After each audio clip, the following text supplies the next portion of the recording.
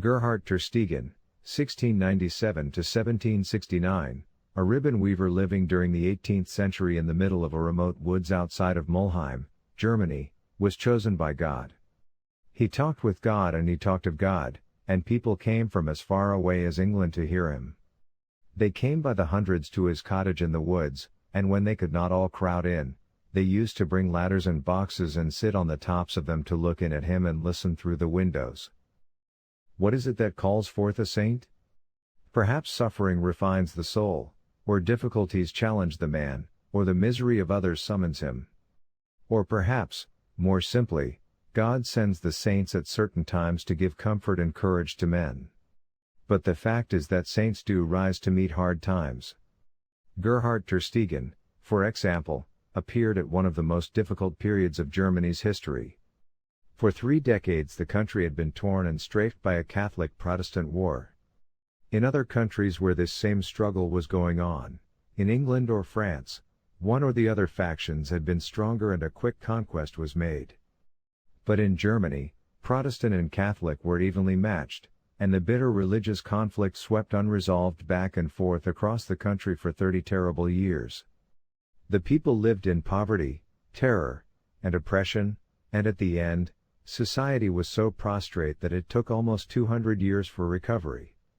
It was shortly after the 30 Years' War, at the depth of this awful depression, that Tersteegen was born. As a young child he had wanted to be a minister. His mother, however, was left a widow early in his life and there was no money to pay for a university education for him. He was an introverted boy, delicate in health. Apprenticed to a linen weaver in Mulheim, he found the work too taxing for his strength and town life unsuited to his temperament. Fortunately, about this time, he met a devout merchant who took an interest in him and pointed out to him that he need not necessarily be a minister of the church to be a man of God. So as soon as he was finished with his apprenticeship, he moved to a cottage in the woods, took up the less taxing work of ribbon weaving and the supremely taxing work of self-purification. For 5 years he was in what he called a state of darkness. He admitted that there were times when he began to doubt there was a God at all. But then one day, according to him, he received such an internal manifestation of the goodness of God that all his doubts vanished. At this time he wrote and signed in his own blood a covenant with God, reminiscent of Pascal's amulet, a strange document which was a kind of self-dedication and which seemed to have brought him much peace and joy. From then on, he always had an intense feeling of the presence of God, together with a divine ability for reaching, comforting, and inspiring other hearts. His life in the woods was very simple. He took only milk, water, and cereal, never coffee or tea, and he gave away to the poor what money he did not need.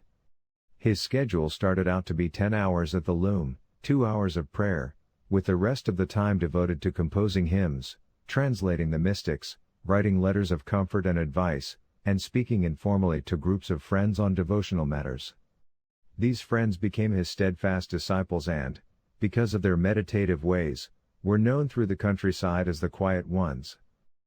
This last occupation, which he had begun humbly and reluctantly, began to take more and more of his time as people came from afar to hear and question him, and he had not the heart to turn them away.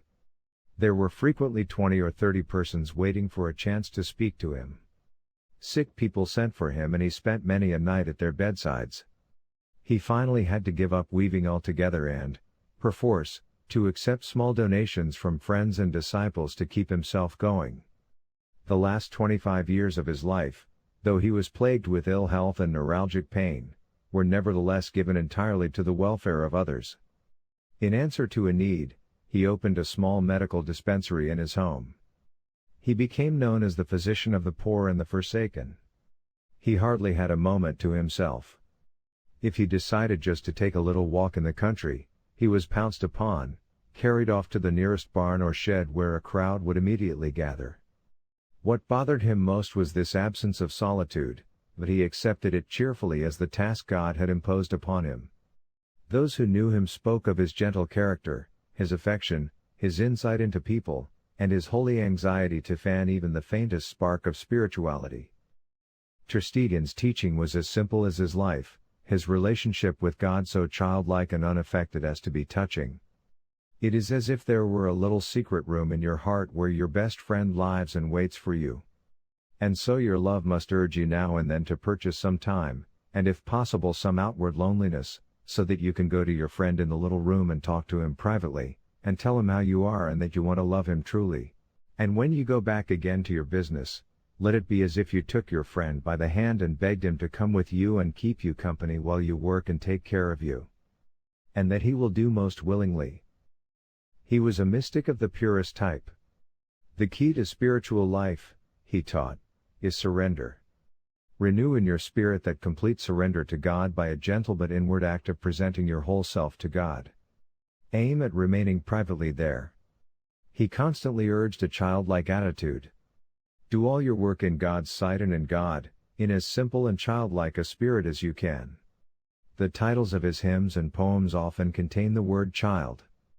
Dear soul, he sang, couldst thou become a child? When it came to the practice of meditation, Tersteegen had endless pieces of advice, in every letter, in every sermon. He never tired of encouraging and urging, and though his advice is informal, there gradually grows a formula in the mind of the one who reads him. The formula is this: look at God and let him look at you. In his own words, prayer is looking at God and letting him look on us. You must withdraw into yourself a little and keep quiet before the face of God, then look gently and perfectly frankly at God who is so near to us, to let him see if there is anything in us or near us which must be handed over, and assure him of our hearty consent to give up everything to him. Remain exposed to him in the light of truth simply. And again, we should try to keep close in front of him so that he may have a good look at us and cure us. What it amounts to, this formula, is a subtle, mystical exercise, the practice of simultaneous concentration and self-surrender, both simple and difficult. He has given us the fruit of his years of struggle. In his 60th year, Tersteegen's health broke down from overwork. Neve 11 Helis, he rallied and lived for another 12 years, and though he looked, it is said, like a corpse, he continued to work for God, never slackening in his constant zeal to encourage the least trace of spirituality wherever he found it. In these last years he collected his sermons and letters into a book entitled Spiritual Crumbs, and his hymns and poems into another called The Spiritual Flower Garden. In this flower garden he showed himself to be truly a gentle spring of God's love, gushing forth him after him of childlike adoration. Many of these hymns are in our present-day hymnals, still inspiring and teaching. At last he wrote to a group of disciples, "My head is very weak and my body weary, but I must not think about that. There are various people here much more ill than I who think my visits useful or stimulating, and therefore I am not free to keep away from them. Dear children, do pray to God for me that he may make the short remainder of my days fruitful to his glory." From the letters of Tersteegen we are conscious these days of a deep-seated hunger, a secret need in our heart's core, to be set free from the world and from self-centeredness and so to be reunited with our source. We must only be in earnest about it. The power is close at hand. Truly spiritual souls have no special sect of their own. I extol the holiness of these souls, not the name of their religion. The true inner life is no strange or new thing, it is the ancient and true worship of God, the Christian life in its beauty and in its own peculiar form. Truly inward souls make no particular sects. If each one followed the teaching and life of Jesus by his Spirit, then, without any doubt, everyone would live the inner life and the world would be full of mystics. You don't need to search for God, you have only to realize him. The inner life is much less known than one would imagine, even among those who have been called. The urge to the inner life is an urge to be hid with him. Outwardly narrow, inwardly wide, is my old rule. We must speak with God in prayer, whether verbally or with our hearts, but we must not only pray, for we must also be silent before God, so that he may speak a little word unto our hearts.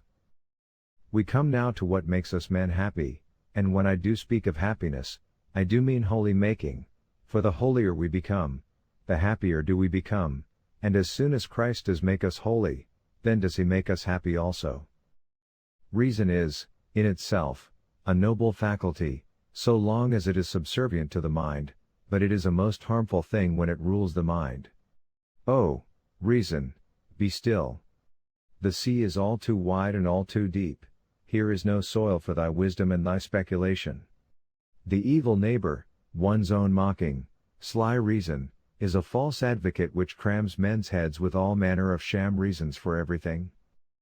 From the head into the heart, for not in the head but in the heart is there revealed that pure and true understanding whereby we may know God and the things of God, for the heart is the eye of the understanding, which must be opened for us by God. We can never find God and truth through the activity of the mind, but through the heart and through love. We see, we admire, we bury ourselves in things which are not, and him who is, we leave out of consideration. In your conduct, try always to move forward without undue deliberation, in simplicity and innocence, like a speechless child. Do not think ahead and do not look back.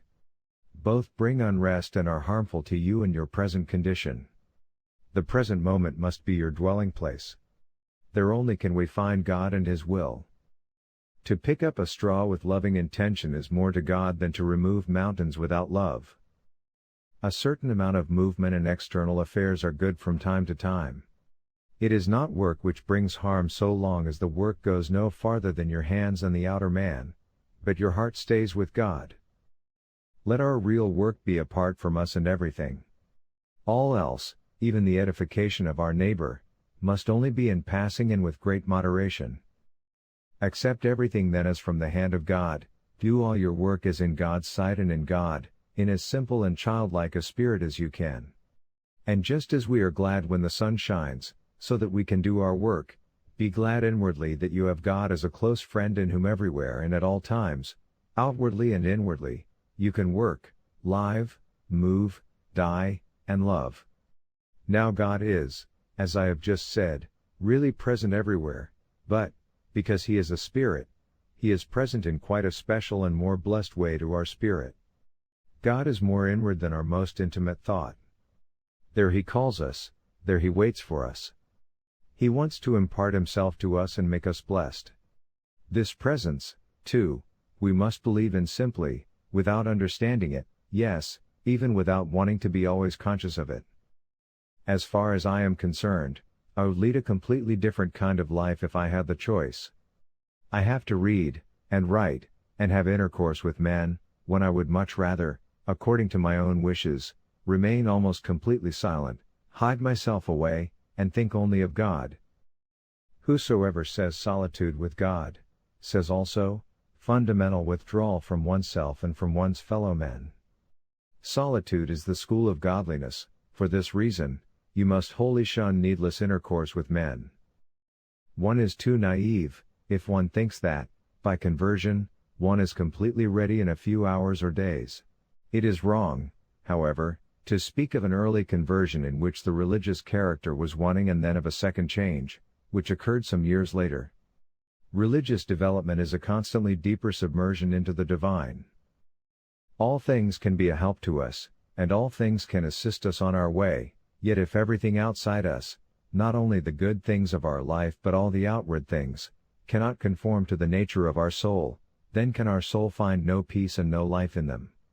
Oh, how often must one grieve to see that so many of us in our exodus from spiritual Egypt take with us such a quantity of large bundles and of packages. Do but see. This can lead but to a most onerous journey. We must go out like pilgrims, free, simple, and truly empty-handed.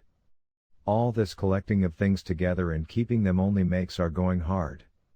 Whoever does earnestly seek peace for his soul must strive to make his pack as small as possible, so that he will fare even as a pilgrim.